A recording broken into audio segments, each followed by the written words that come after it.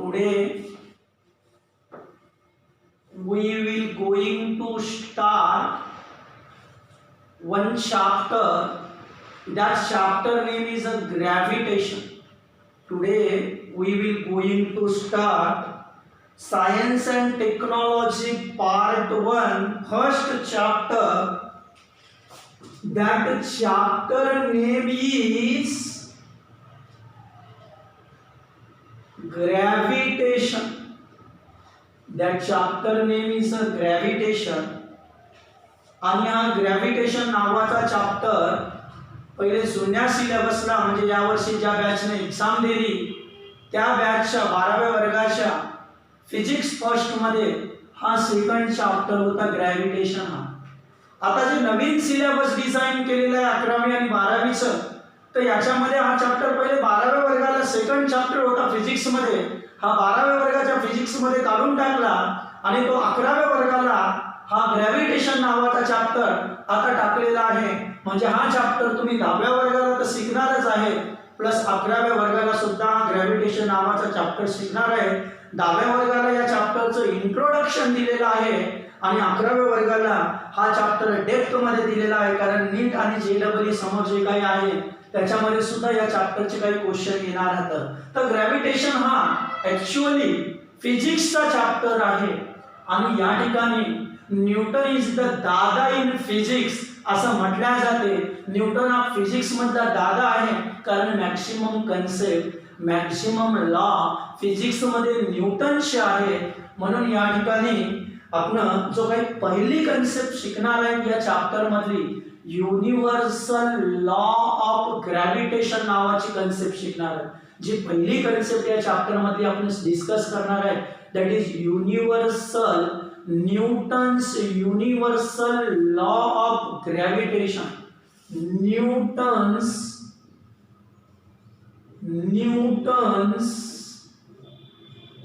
Universal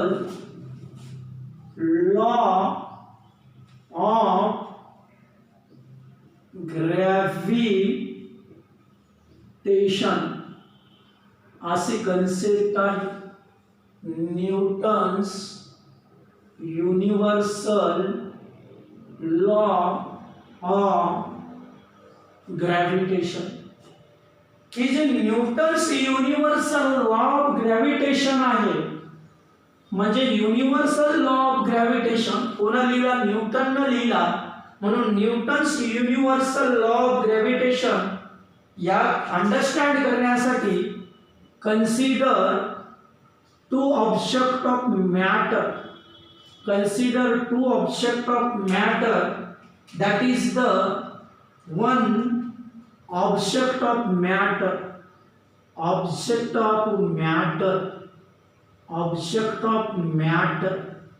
हा object कोणातरी मॅटरचा बनलेला आहे, म्हणजे आयर्नचा बनलेला असेल, गोल्डचा बनलेला असेल, सिल्वरचा बनलेला असेल, कोणा ना कोणतरी मॅटर पासून हा ऑब्जेक्ट बनलेला आहे आणि that is the other object of matter. Other object of matter. मॅटरचा हा दुसरा ऑब्जेक्ट आहे. या ठिकाणी the mass of that object is m1, म्हणजे त्या मास त्या वजन त्या ऑब्जेक्टचं काही ना काहीतरी वेट असणार, 1 किलो 2 केजी 3 केजी. तर या ऑब्जेक्टचं मास m1 कन्सिडर करू आणि mass of other object is m2. After that the distance between these two objects, या दोन ऑब्जेक्ट्स मधलं जे काही डिस्टन्स आहे, डिस्टन्स बिटवीन टू ऑब्जेक्ट्स, हे जे काही दोन ऑब्जेक्ट्स आहेत या दोन ऑब्जेक्ट्स मधलं जे डिस्टन्स आहे that distance is denoted by D. हेच डिस्टन्स 11व्या वर्गाला आर या सिम्बॉलने डिनोट केलेला आहे आणि इथं distance between two object is denoted by D. आणि हे जे काही दोन ऑब्जेक्ट आहेत हे दोन ऑब्जेक्ट एकमेकांवर फोर्स ऍक्ट करते, फोर्स एक्झर्ट करते. ते फोर्स कसा एक्झर्ट करते तर या दोन ऑब्जेक्टला जॉईन करणारी जी काही लाईन आहे त्या लाईन वरून ते दोन ऑब्जेक्ट एकमेकावर फोर्सेस ऍक्ट करत असते तर along the line forces act along the line joining between two objects या दोन ऑब्जेक्ट्सला act along the line act along the line act along the line along the line joining between two objects along the line joining between two objects हे दोन object जे काही मॅटर्सचे बनलेले आहेत ते एकमेकावर force act करते तर along the line या लाईन बरोबर ते एकमेकावर फोर्स ऍक्ट करते तर along the line joining between two objects दोन ऑब्जेक्टला जोडणारी ही जी काही लाईन आहे या लाईन बरोबर ते एकमेकावर फोर्स ऍक्ट करत असते आणि न्यूटननं या युनिव्हर्सल लॉ ऑफ ग्रॅव्हिटेशन मध्ये न्यूटन्सनं या युनिव्हर्सल लॉ ऑफ ग्रॅव्हिटेशन मध्ये काय सांगितलेलं आहे तर न्यूटन्सनं युनिव्हर्सल लॉ ऑफ ग्रॅव्हिटेशन मध्ये सांगितलं की युनिव्हर्स मधला प्रत्येक ऑब्जेक्ट हा दुसऱ्या ऑब्जेक्टला अट्रॅक्ट करत असते न्यूटन्सनं युनिव्हर्सल लॉ ऑफ ग्रॅव्हिटेशन मध्ये काय सांगितलं युनिव्हर्स मधला मॅटर पासून बनलेला प्रत्येक ऑब्जेक्ट दुसऱ्या ऑब्जेक्टला अट्रॅक्ट करत असते न्यूटन्सनं काय सांगितलं युनिव्हर्सल लॉ ऑफ ग्रॅव्हिटेशन मध्ये एव्हरी ऑब्जेक्ट कुठला तर इन द युनिवर्स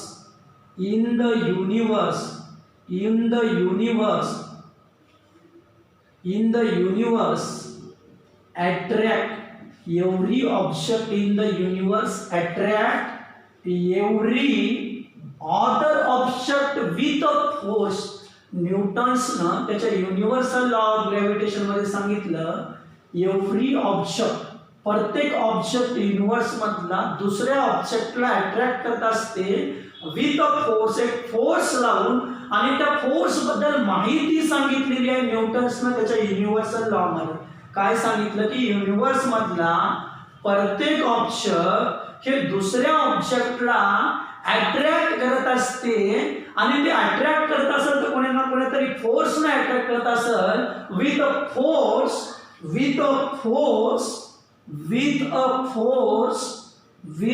फोर्स ते कोणा ना कोणीतरी फोर्सने अट्रॅक्ट करते न्यूटन्सनं युनिव्हर्सल लॉ ऑफ ग्रॅव्हिटेशन मध्ये काय सांगितलं every object in the universe मधला प्रत्येक ऑब्जेक्ट दुसऱ्या ऑब्जेक्टला अट्रॅक्ट करते वेळेस ते कोणता ना कोणता तरी फोर्स त्याच्यावर लावत असेल तो फोर्स कोणता आहे तो विथ अ फोर्स ते अशा फोर्सने एकमेकाला अट्रॅक्ट करते तर विच इज त्या फोर्स बद्दल माहिती सांगितलेली आहे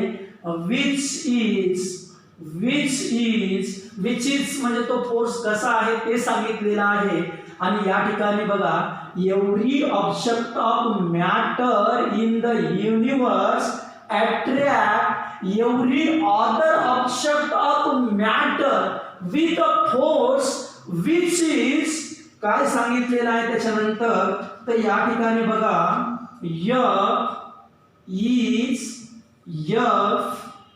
is proportional to m1 into m2 आणि मॅथ मध्ये तुम्हाला माहित आहे या ठिकाणी जे काही गुणाकाराचं साइन आहे या गुणाकाराच्या साइनला मल्टिप्लिकेशनच्या साइनला फिजिक्स आणि केमिस्ट्री मध्ये प्रोडक्ट असं वाचल्या जाते प्रोडक्ट या ठिकाणी प्रोडक्ट कोणाचा प्रोडक्ट आहे कोणाचा गुणाकार आहे प्रोडक्ट ऑफ m1 आणि m2 काय आहेत तर masses of two object m1 आणि m2 काय आहेत तर m1 and m2 are masses of two object तर या ठिकाणी प्रोडक्ट आहे.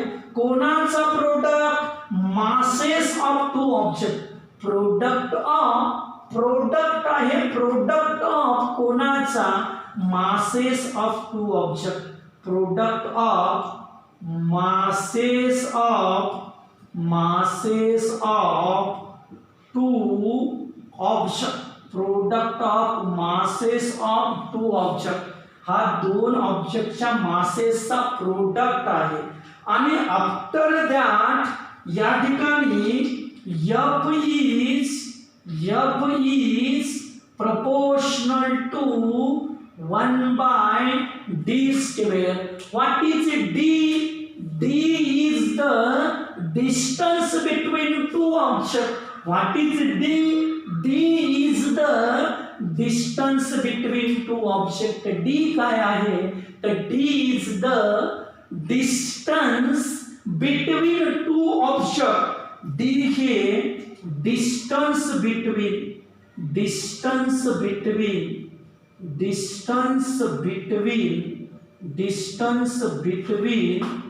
two object.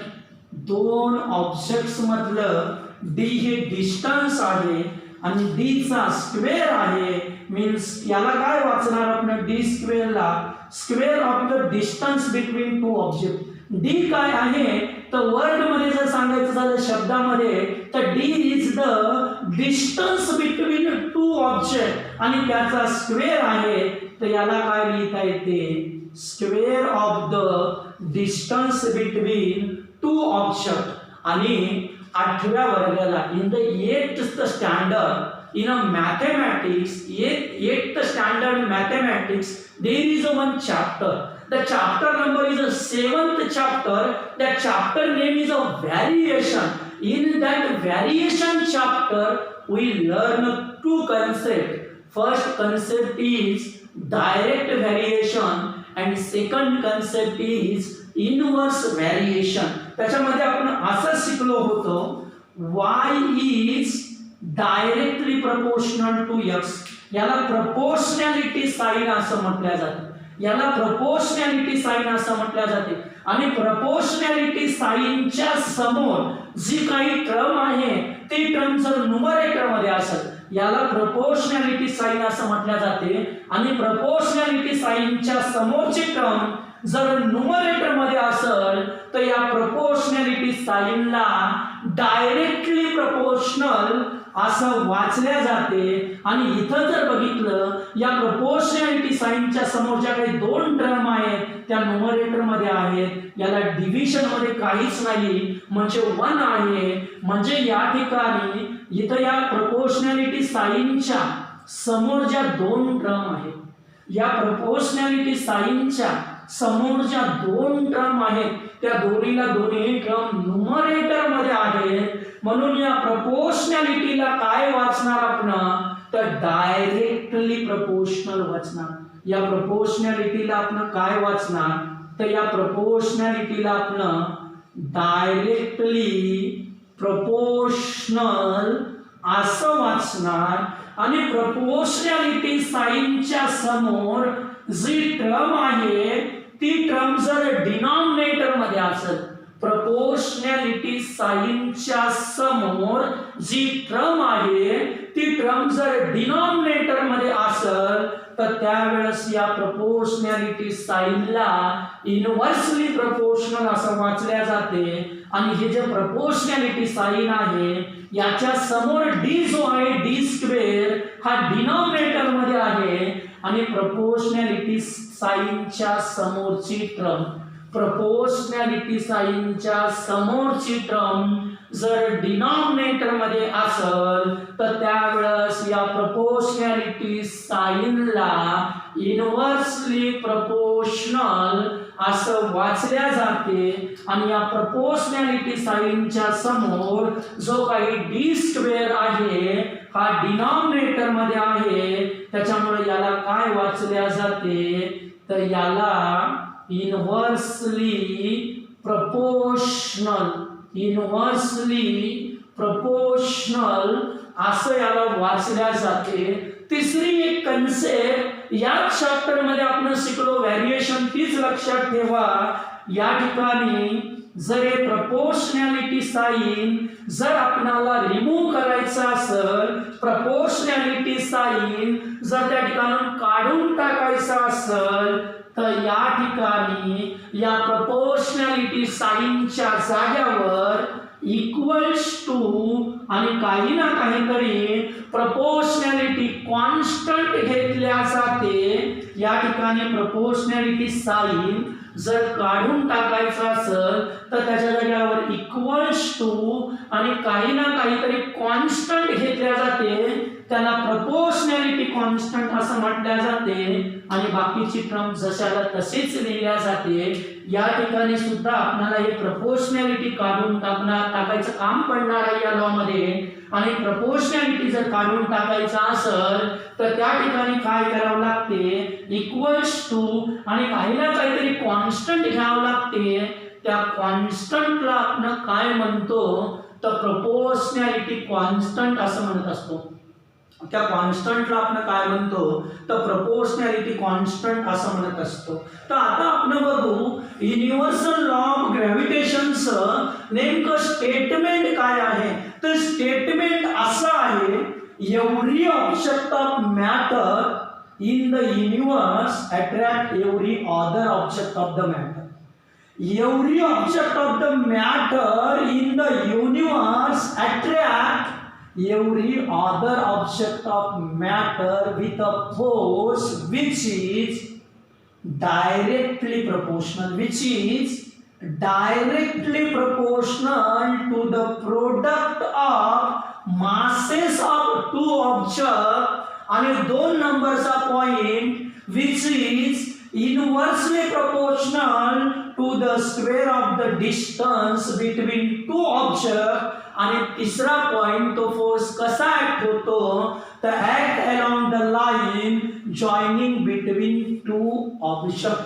Newton's universal law of gravitation मध्ये न्यूटन्सनं काय सांगितलं तर त्याने सांगितलं न्यूटन्सनं every object of matter, universe मधला मॅटरचा प्रत्येक ऑब्जेक्ट हा दुसऱ्या ऑब्जेक्टला अट्रॅक्ट करत असते एक फोर्स लावून. आणि तो फोर्स कसा असते त्याच्याबद्दलच माहिती दिलेली आहे.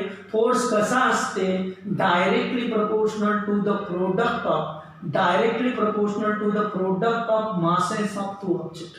Directly proportional to the product of masses of two objects and inversely proportional to the square of the distance between two objects. आणि तिसरी गोष्ट ते फोर्स, ते दोन ऑब्जेक्ट एकमेकावर जेव्हा फोर्स ऍक्ट करते ते फोर्स कसा ऍक्ट करते तर act along the line joining between two object. त्या दोन ऑब्जेक्टला जोडणारी जी काही लाईन आहे त्या लाईन थ्रू ते दोन ऑब्जेक्ट एकमेकावर फोर्स ऍक्ट करते. असं या न्यूटन्सनं त्याच्या Newton's universal law of gravitation मध्ये सांगितलेलं आहे. त्यांना अजूनही 4 इम्पॉर्टंट पॉइंट याच्यामध्ये सांगितलेले आहेत. आता फोर्स कशावर डिपेंड आहे तर त्या दोन ऑब्जेक्टच्या मासेसवर डिपेंड आहे. फोर्स कशावर डिपेंड आहे तर त्या दोन ऑब्जेक्टच्या मासेसवर डिपेंड आहे. आणि त्यानं सांगितलं की जर समजा या दोन ऑब्जेक्ट पैकी एखाद्या ऑब्जेक्टचं जर मास चेंज केलं तर नेमका फोर्स मध्ये काय चेंज होतो तर या ठिकाणी सांगितलं इफ mass of one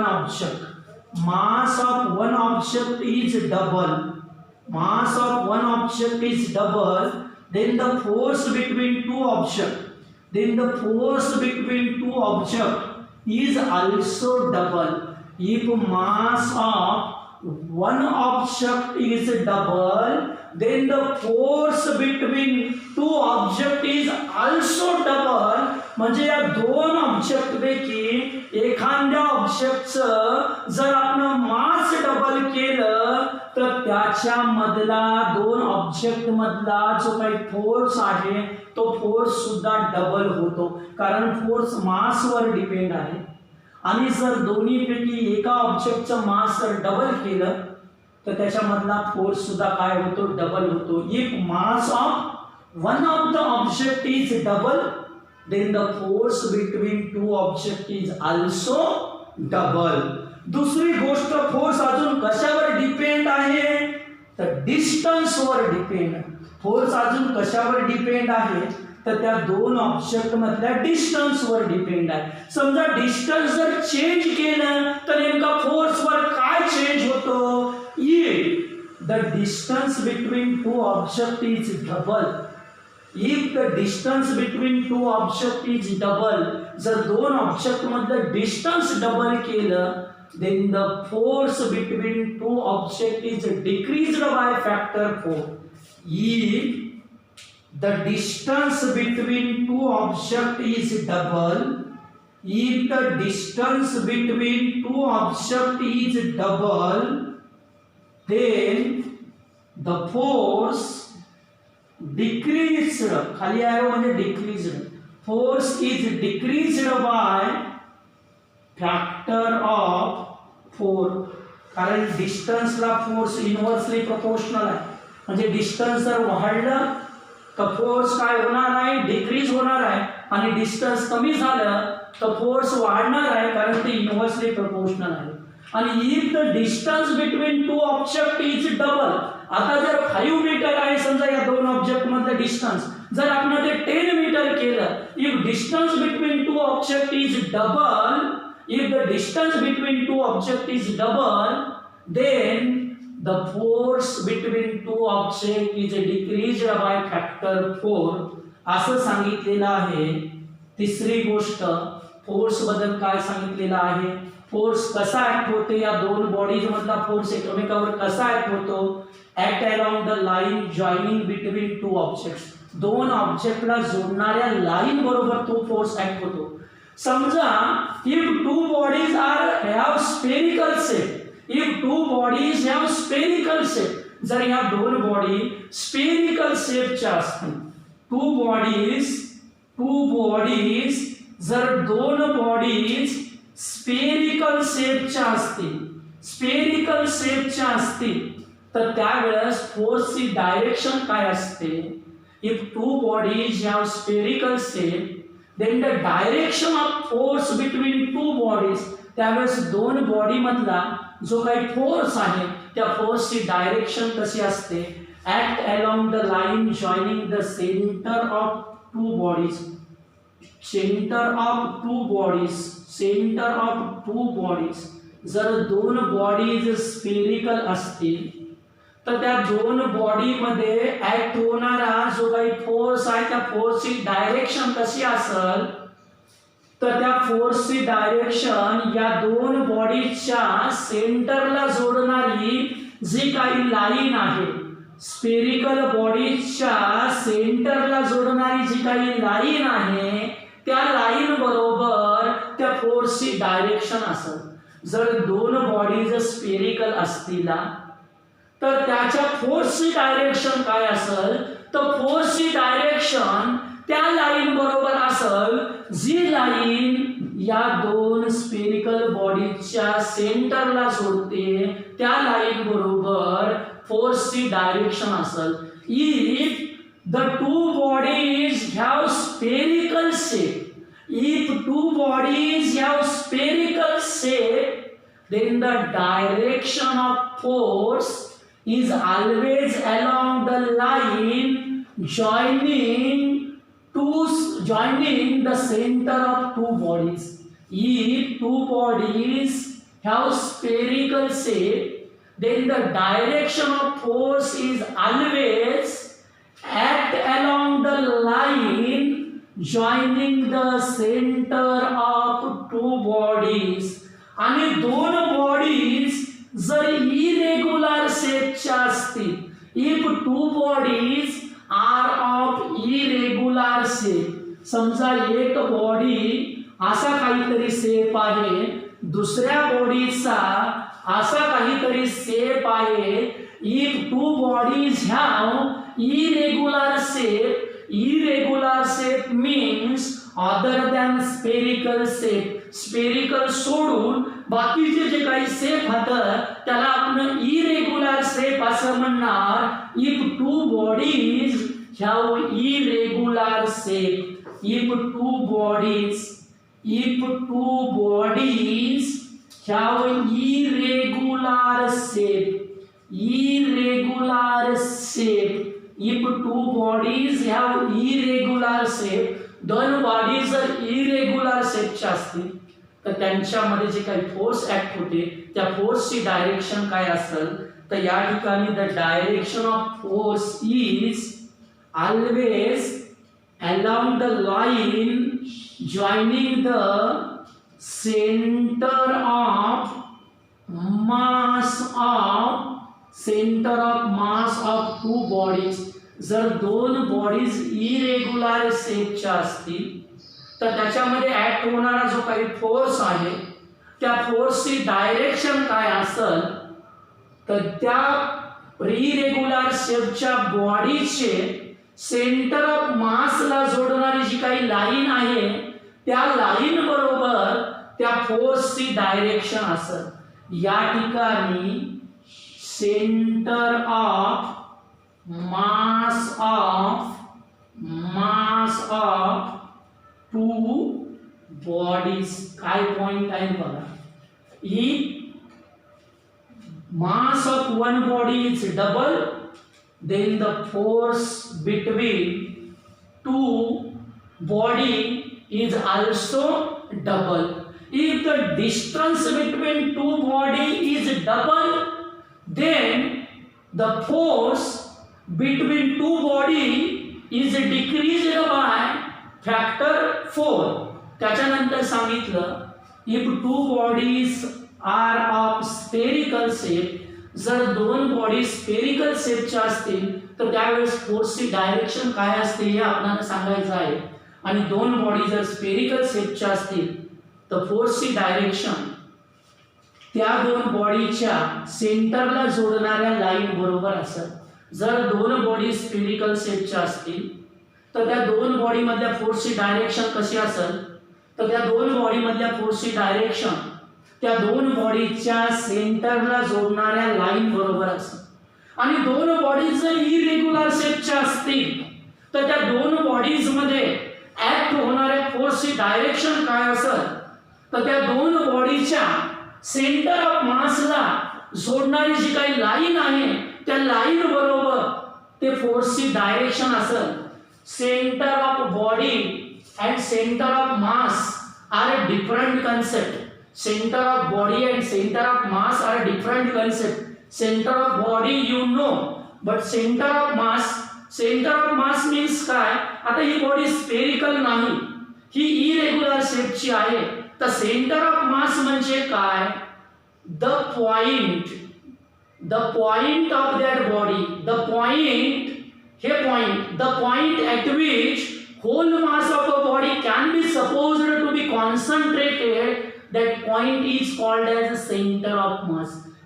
ज्या पॉइंटला इरेग्युलर शेपच्या बॉडीचं ज्या पॉइंटला टोटल मास कॉन्सन्ट्रेटेड झालेला आहे असं आपण कन्सिडर करायलो त्या पॉइंटला सेंटर ऑफ मास असं म्हटलं जाते.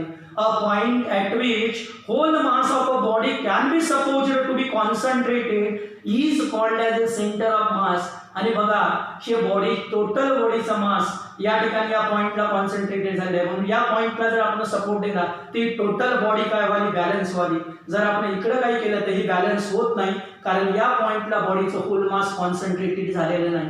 मग सेंटर ऑफ मास म्हणजे काय centre of mass means a point at which whole mass of a body can be supposed to be concentrated. That point is called as centre of mass.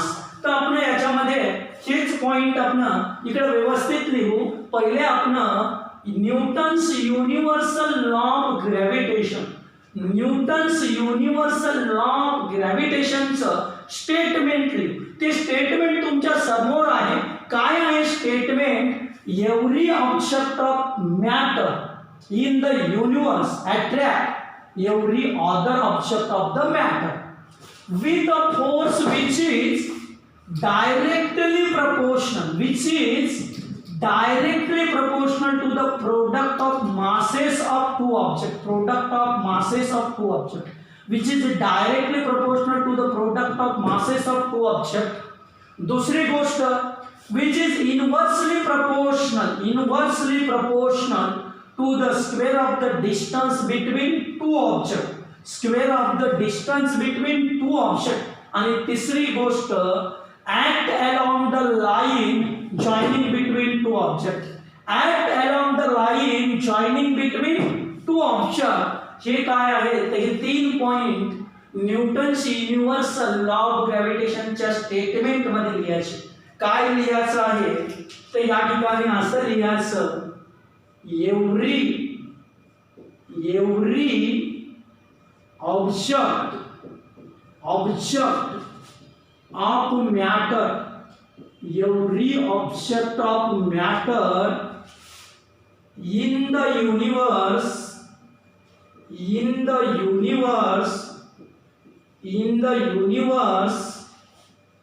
attract every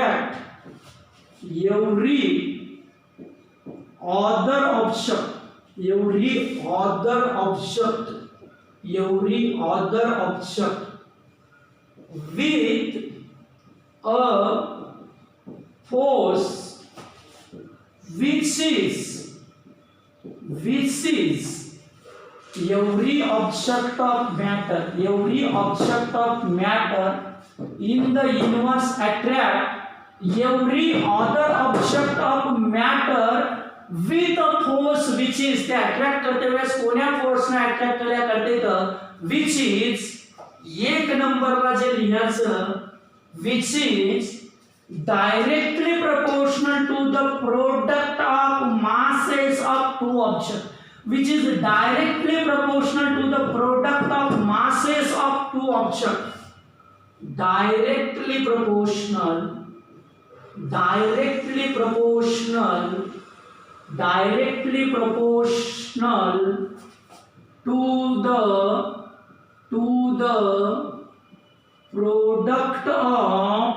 to the product of masses of two objects, which is directly proportional to the product of masses of two objects.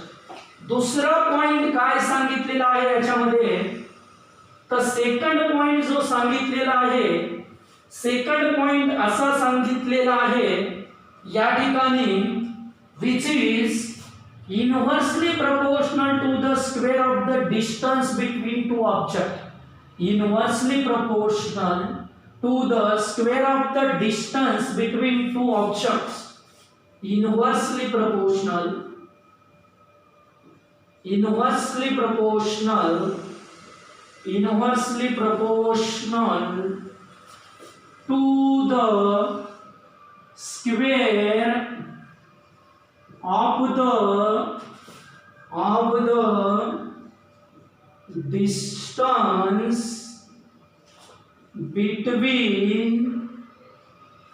between two objects. आणि तिसरा जो point आपल्याला लिहायचा आहे तो third point असा लिहायचा या ठिकाणी, थर्ड पॉइंट मध्ये ते फोर्सेस कसे ऍक्ट होते तर act along the line joining between two objects, दोन ऑब्जेक्टला जोडणारी जी लाईन आहे त्या लाईन बरोबर ते फोर्सेस ऍक्ट होते तर act along the line joining between two objects, दोन ऑब्जेक्टला जोडणारी जी काही लाईन आहे त्या लाईन बरोबर ते फोर्सेस ऍक्ट होत असते तर act along the line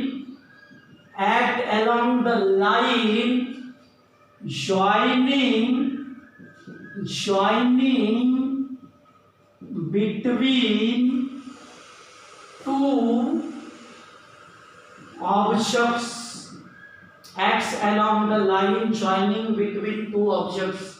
That is the statement of Newton's universal law of ग्रॅव्हिटेशनचे स्टेटमेंट आहे।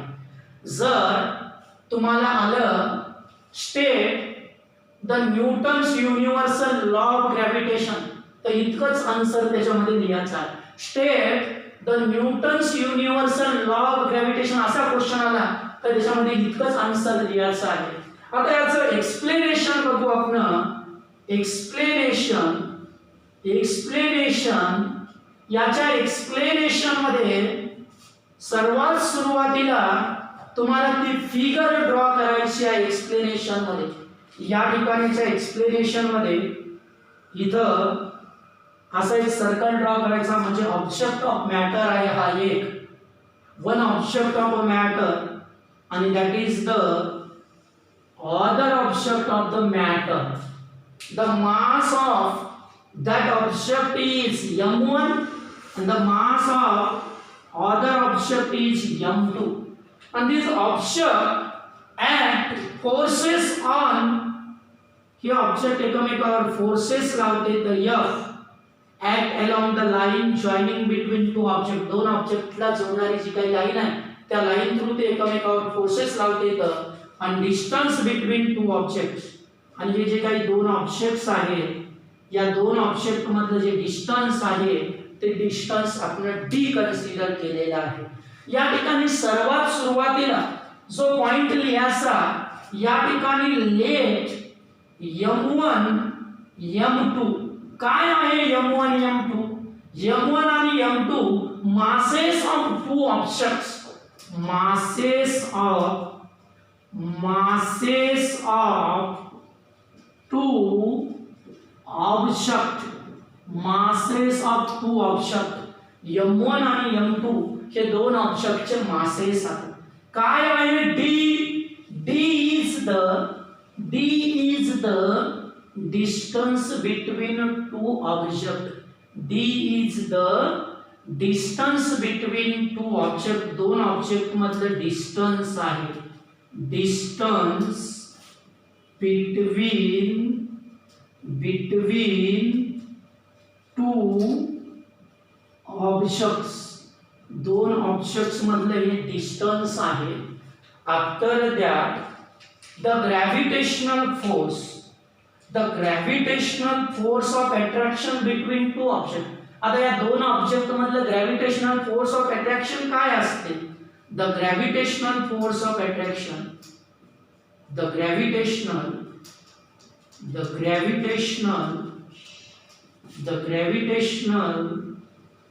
force of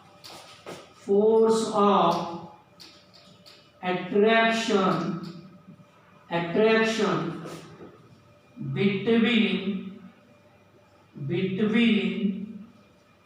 two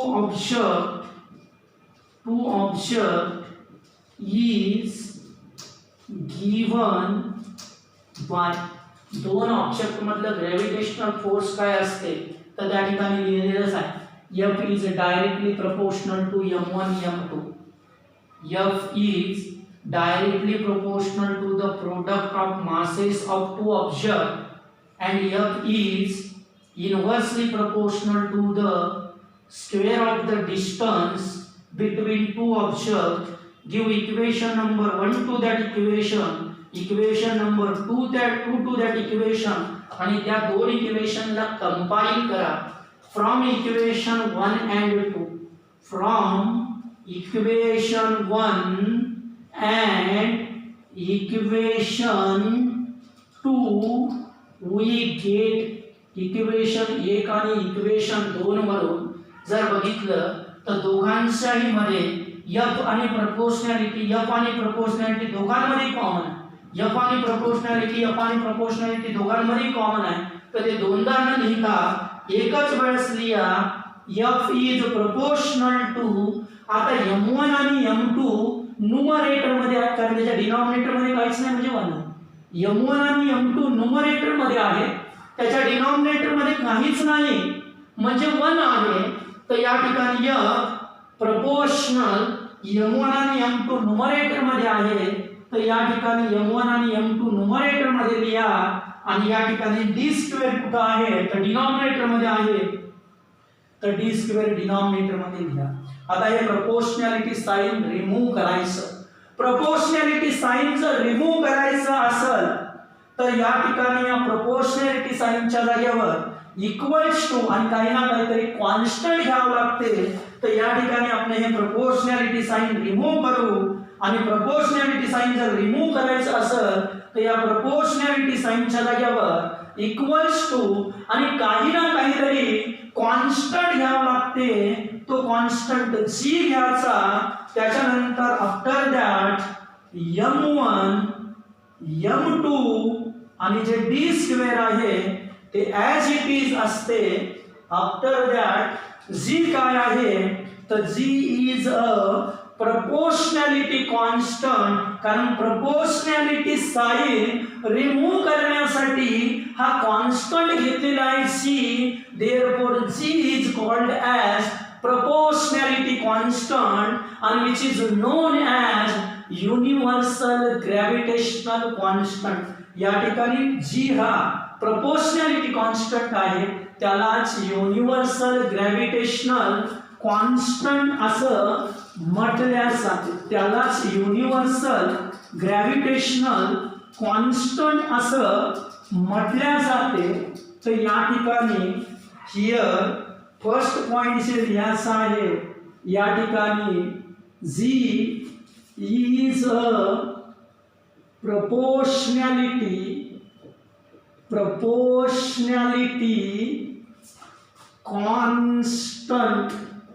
constant जी हा proportionality constant आहे, which is called as, which is त्यालाच काय म्हणते तर which is also called as universal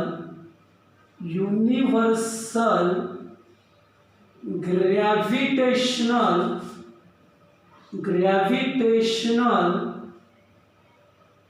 constant, त्यालाच universal gravitational constant असं म्हटल्या जाते. आपल्या टेक्स्ट बुक मध्ये गव्हर्नमेंटचं जे काही 10व्या वर्गाचं टेक्स्ट बुक आहे, त्या टेक्स्ट बुक मध्ये या जीचं SI युनिट सुद्धा दिलेलं आहे आणि SI युनिटवर ऑब्जेक्टिव्ह मध्ये क्वेश्चन विचारले जाऊ शकते.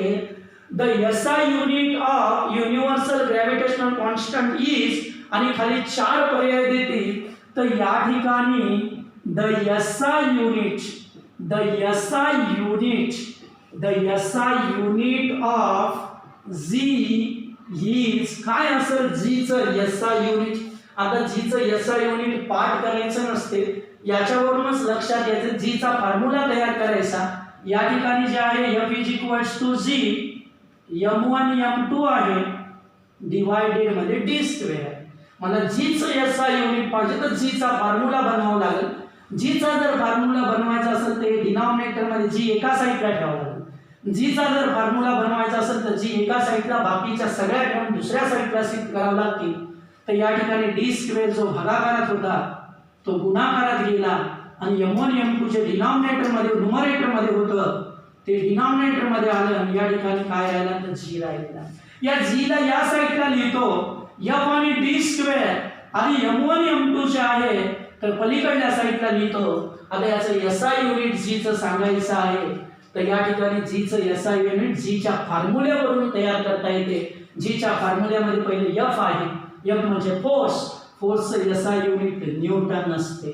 D means the distance between two object आणि दोन ऑब्जेक्ट मधलं डिस्टन्स मीटर मध्ये मोजल्या जाते. म्हणजे D चं युनिट काय मीटर, पण त्याचा स्क्वेअर असल्यामुळे मीटर स्क्वेअर. आणि m1 m2 काय आहे तर m1 m2 are the masses of two object आणि ऑब्जेक्टचा मास SI सिस्टीम मध्ये किलोग्रॅम मध्ये मोजल्या जाते. या मास साठी किलोग्रॅम आणि या मास साठी किलोग्रॅम, किलोग्रॅम गुणिला किलोग्रॅम, किलोग्रॅमचा स्क्वेअर न्यूटन मीटर स्क्वेअर भागिलेला वाचते per newton metre square per kilogram square. that is the SI unit of G. The SI unit of G is Newton meter square per kilogram square. That is the SI unit of the G is. The ठिकाणी the CGS unit of G, the CGS unit of G is G चं CGS unit काय आहे.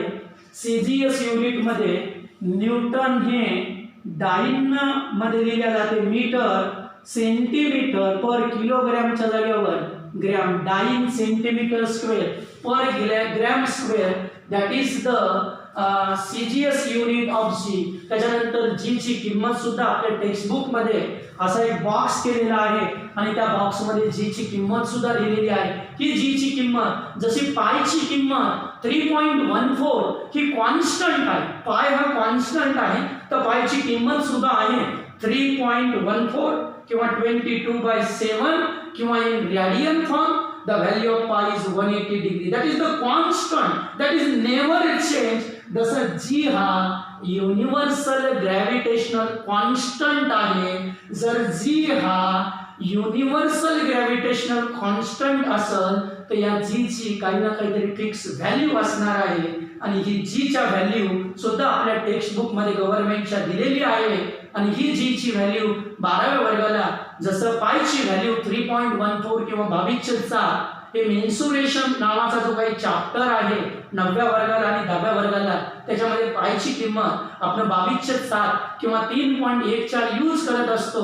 तसंच या G ची सुद्धा किंमत problem solve करते वेळेस आपल्याला यूज करावी लागते किंवा याच्यावर ऑब्जेक्टिव्ह मध्ये सुद्धा क्वेश्चन येऊ शकतो. The value of G is तर SI सिस्टीम मध्ये G ची व्हॅल्यू जी दिलेली आहे या ठिकाणी ती अशी आहे. The value of G in SI system is the value of G in SI system is काय ती व्हॅल्यू आहे तर ती व्हॅल्यू आहे G ची ती व्हॅल्यू आहे 6.67 into 10⁻⁻11 newton metre square per kilogram square. Newton metre square per kilogram square. G हीच व्हॅल्यू काही बुक मध्ये दिलेली आहे. ती कशी दिलेली आहे तर ती अशी दिलेली आहे. G = 6.673 दिलेला आहे फक्त समोर into 10⁻⁻11 newton metre square per kilogram square अशी G ची व्हॅल्यू दिलेली आहे. आता G चं डायमेन्शन सुद्धा आहे पण ते डायमेन्शन वगैरे बाकीच्या ज्या कन्सेप्ट होता त्या कन्सेप्ट 10वीच्या बुक मध्ये दिलेल्या नाही.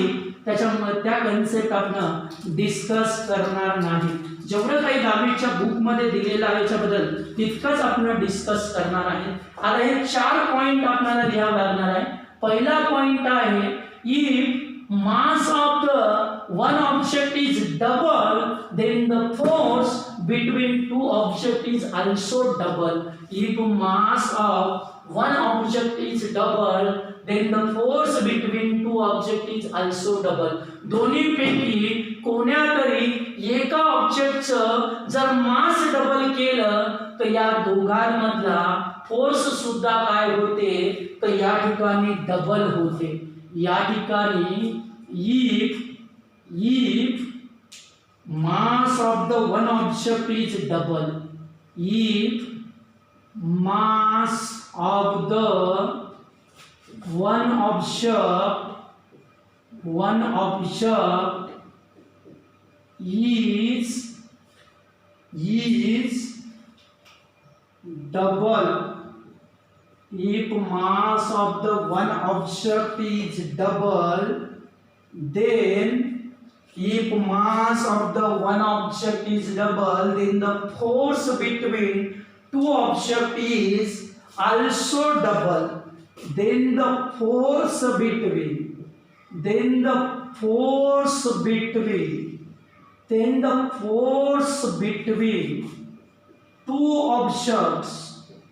two objects is also double. That is the one point. दूसरा point, distance between two objects is double, then the force between two objects is decreased by factor of 4. If the distance between two objects is double, then the force between two objects is decreased by factor of 4. If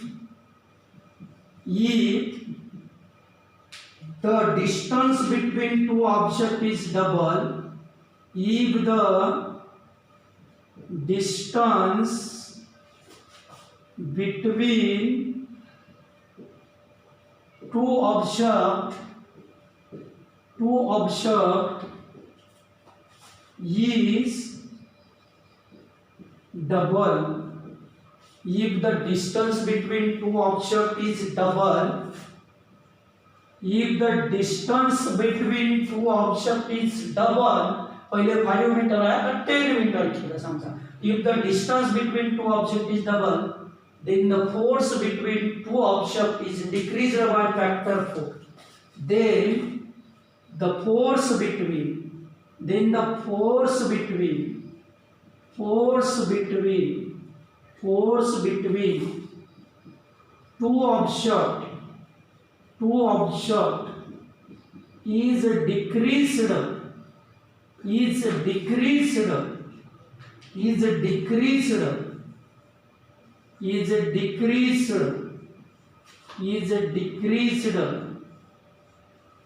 is decreased by factor of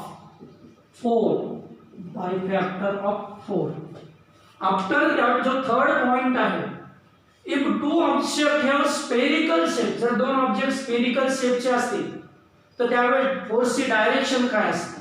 दोन object spherical शेपचे असतील तर फोर्सची direction त्या दोन spherical ऑब्जेक्टच्या सेंटरला जोडणारी जी काही लाईन असते त्या लाईन बरोबर असते. जर दोन ऑब्जेक्ट स्फेरिकल शेपचे असतील तर त्यावेळेस त्या दोन ऑब्जेक्ट मधल्या फोर्सची डायरेक्शन काय असते? तर त्या दोन ऑब्जेक्टच्या सेंटरला जोडणारी जी काही लाईन आहे त्या लाईन बरोबर फोर्सची डायरेक्शन असते. if the two objects have spherical shape, then the direction of force is always along the line joining the center of two objects.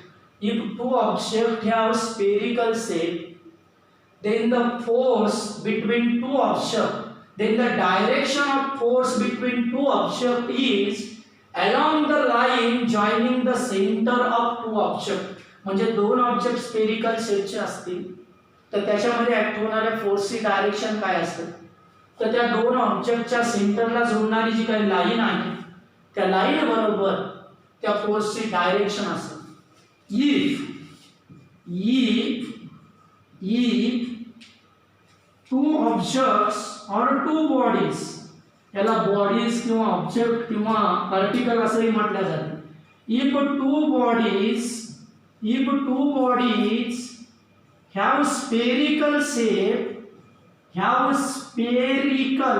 have spherical shape, two bodies have spherical shape, if two bodies have spherical shape, then the direction of force is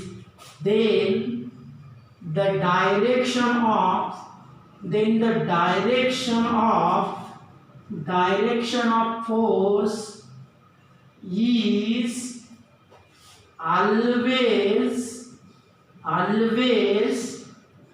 along the line joining the center of two bodies.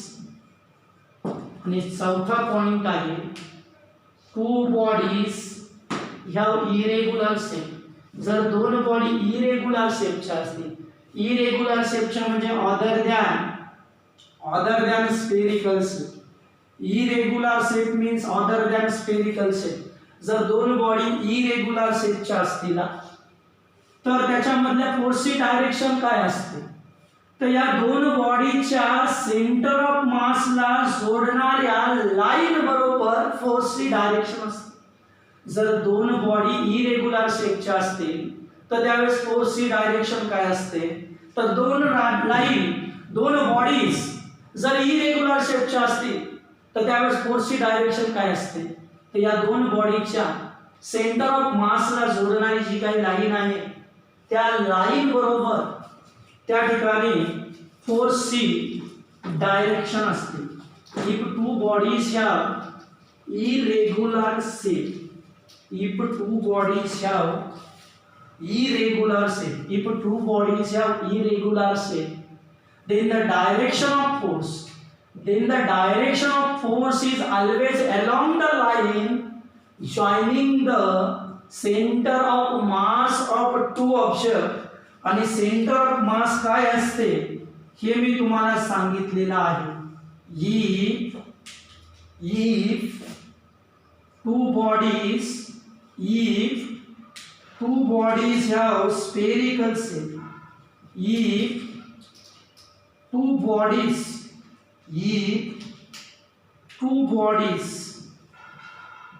bodies have spherical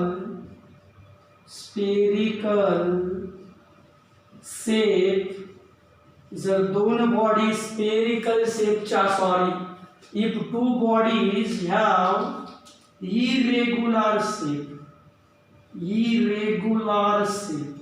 जर दोन body irregular शेपच्या असतील then the direction of force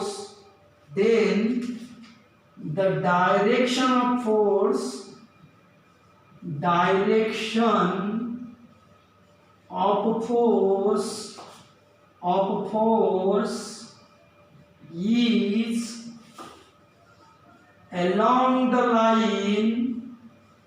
along the line joining the center of mass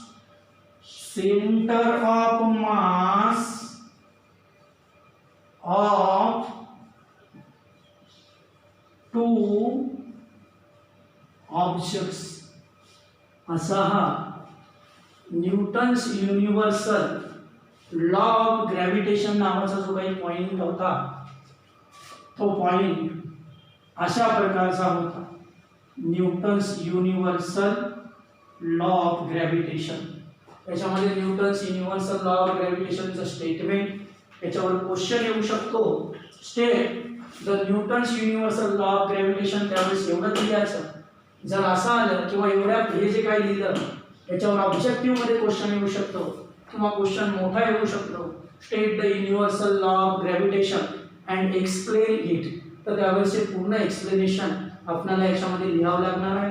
video share करा, जास्तीत जास्त जणांची link पाठवा, like करा आणि सबस्क्राईब बटनवर क्लिक करा.